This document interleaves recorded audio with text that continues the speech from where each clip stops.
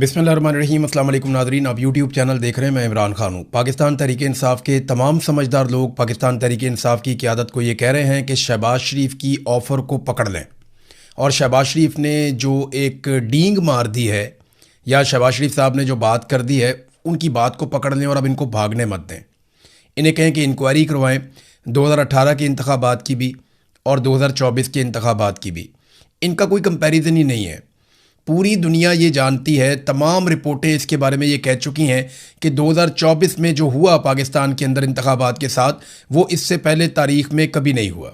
जो इस मरतबा मिलिट्री जर्नल्स ने किया और फॉर्म 47 जारी किए, इलेक्शन कमीशन को साथ मिला के, काजी फायज़ ईसा को साथ मिला के, 2 पॉलिटिकल पार्टीज़ को साथ मिला के, ऐसा पाकिस्तान की तारीख़ में कभी नहीं हुआ। प्री पोल रिगिंग की भी ऐसी एग्जाम्पल्स कभी नहीं मिलती और इलेक्शन को डकैती के ज़रिए से रात गए चोरी करने की भी ऐसी एग्जांपल्स कहीं नहीं मिलती। तो फौरी तौर पे बार बार प्रेस कॉन्फ्रेंस करें, पाकिस्तान तहरीक इंसाफ इसको असम्बली के फ्लोर पे कहे, हर जगह पे कहे, शहबाज शरीफ जहाँ नज़र आए या उनके वज़रा नज़र आए उन्हें कहे जी आप शफाफ तहकीकात करवाएं, आपने ये खुद ऑफ़र की है कि इलेक्शन दोनों खोल देते हैं, तो आइए इसको खोलिए और इसके ऊपर बात कीजिए, इसके ऊपर रोला डाल के रखें। क्योंकि शहबाज शरीफ ने एक रिकॉर्ड सीधा करने की कोशिश की है कि जनाब मैंने तो आपको ऑफ़र किया था कि आप तहकीकात करवा लें, लेकिन आप भाग गए।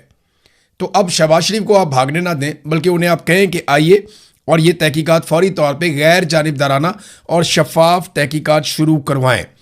नाज़रीन, एक स्टेटमेंट जावेद हाशमी साहब ने दिया, क्योंकि मैंने एक दिन पहले ये ख्वाहिश का इजहार किया था कि मैं उनका इंतज़ार कर रहा हूँ कि वो कब स्टेटमेंट देते हैं, तो उन्होंने मारंग बलोच के हवाले से एक स्टेटमेंट दिया है। तो पहले मैं आपको स्टेटमेंट उनका पढ़ के ज़रूर सुनाऊंगा।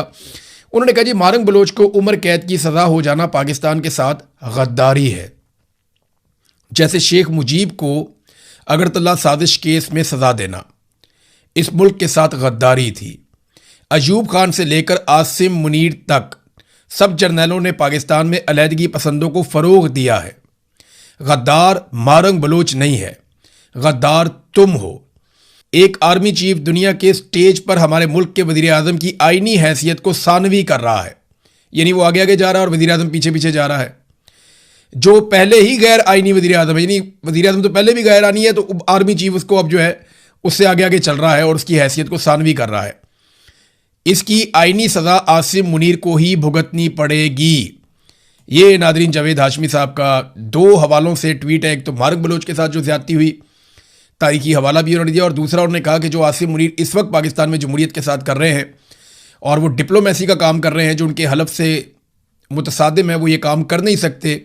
आर्मी चीफ की हैसियत से वो एक सरकारी सर्वेंट हैं और उन्होंने अपना काम करना है, तो यहाँ पे भी उन्हें सज़ा भुगतनी पड़ेगी। ये जावेद हाशमी साहब ने स्टेटमेंट दिया है।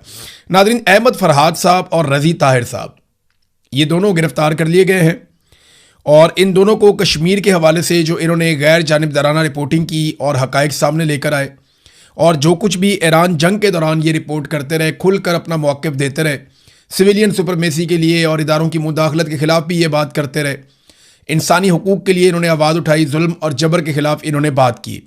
अब इस बात की सज़ा दी जा रही है इन सहाफ़ियों को। पूरी दुनिया में सहाफ़ी यही काम करते हैं कि वो जुल्म को जुल्म कहते हैं, जुर्म को जुर्म कहते हैं, फस्तायत को रोकने की कोशिश करते हैं और मजलूम के साथ खड़े होते हैं। पाकिस्तान में जब ये सहाफ़ी ये करने की कोशिश करते हैं तो खुद मजलूम बना दिए जाते हैं। रज़ी ताहिर साहब ये ज़बरदस्त काम कर रहे थे, इनको अरेस्ट कर लिया गया और ज़्यादती करके अरेस्ट किया गया, कोई कानूनी जवाज़ नहीं था। इसी तरह अहमद फरहाद साहब हैं, उनको भी गिरफ़्तार किया गया और उनको 3 MPO के तहत पहले पता चला, अब इतलात आती रहती हैं, चेंज होती रहती हैं, सिस्टम कुछ बताता ही नहीं है, लेकिन ये बड़ी सख्त ज़्यादती है, इनको फौरी तौर पर रिहा करना चाहिए और आप सब इनके हक़ में आवाज़ उठाएं, ज़ोरदार तरीके से आवाज़ उठाएं। कश्मीर से मुझे एक इन्फॉर्मेशन मिली है, कुछ लोग जो एस्टेब्लिशमेंट के लोगों से बातचीत कर रहे थे, उन्हें जो एस्टेब्लिशमेंट है उसने एक पैगाम दिया है और बड़े वाज़े अंदाज में कहा कि 4 लोगों को तो हम नहीं छोड़ेंगे, जहाँ हमें मिलेंगे हम इनको मारेंगे। एक के ऊपर कातिलाना हमला पहले हुआ है, उसे मारने की कोशिश की गई लेकिन वो बच गया, उमर नज़ीर कश्मीरी। ये 4 लोगों के बहुत सख्त खिलाफ है एस्टेब्लिशमेंट और इनको कत्ल किया जा सकता है। मैं आपको रिकॉर्ड पे रख के इसलिए बता रहा हूँ कि जो लोग मिले उन्होंने जहाँ बात की, मेरे से ये बात वहाँ से पहुँची है, मुझ तक ये बात आई है, क्योंकि जो लोग मिले जाके एस्टेब्लिशमेंट के कुछ एहलकारों को, उनसे उन्होंने बातचीत की तो उन्होंने कहा जी ये 4 बंदे तो अब सवाल ही पैदा नहीं होता, इनको तो अब हम कुचल देंगे, मार देंगे, ये नहीं बचते, इनको तो एलिमिनेट करेंगे।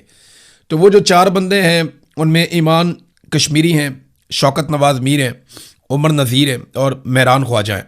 इन 4 लोगों की जान खतरे में है। कश्मीरियों को देखना पड़ेगा कि उनके ये बेटे उनके लिए आवाज़ उठा रहे थे। ना इन्होंने MNA बनना है, ना कोई इन्होंने मिनिस्ट्रियाँ लेनी हैं, ना इन बेचारों ने कोई बहुत बड़े बड़े कारोबार करने हैं, ना इनमें से कोई वज़ीर आज़म का उम्मीदवार है, ना इनमें कोई सदर का उम्मीदवार है। ये बेचारे दुकानदार टाइप लोग हैं, किसी की बेकरी है, किसी की किताबों की दुकान है, कोई छोटा मोटा और कारोबार करता है। तो ये तो कश्मीरियों के हुकूक़ के लिए खड़े हुए थे। अब कश्मीरियों को देखना है कि वो अपने इन बच्चों की हिफाजत कैसे करते हैं। बहरहाल कश्मीरी बड़ी तादाद में खड़े हैं, बार बार वो एहतजाज भी करते हैं। ओवरसीज़ कश्मीरी भी बहुत बड़े पैमाने पर एहतजाज करते हैं।